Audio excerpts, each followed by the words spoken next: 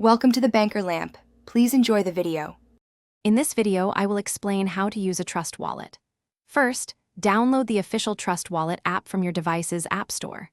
Once installed, open the app and choose to create a new wallet. You will receive a 12-word recovery phrase.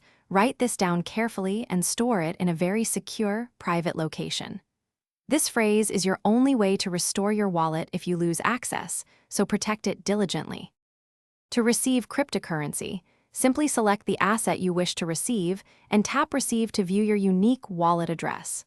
You can share this address with others. To send, choose the asset, tap Send, then paste the recipient's address and enter the amount. Always double-check the address and amount before confirming the transaction to ensure your funds go to the correct destination. Trust Wallet allows you to easily swap cryptocurrencies directly within the app using its Integrated Decentralized Exchange, or DEX. Simply select the assets you want to exchange and confirm the swap. Additionally, you can explore staking opportunities for certain cryptocurrencies to earn passive income. Be sure to research the specific staking terms and potential returns before committing your assets.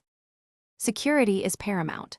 Always enable biometric authentication, like fingerprint or Face ID, for an extra layer of protection.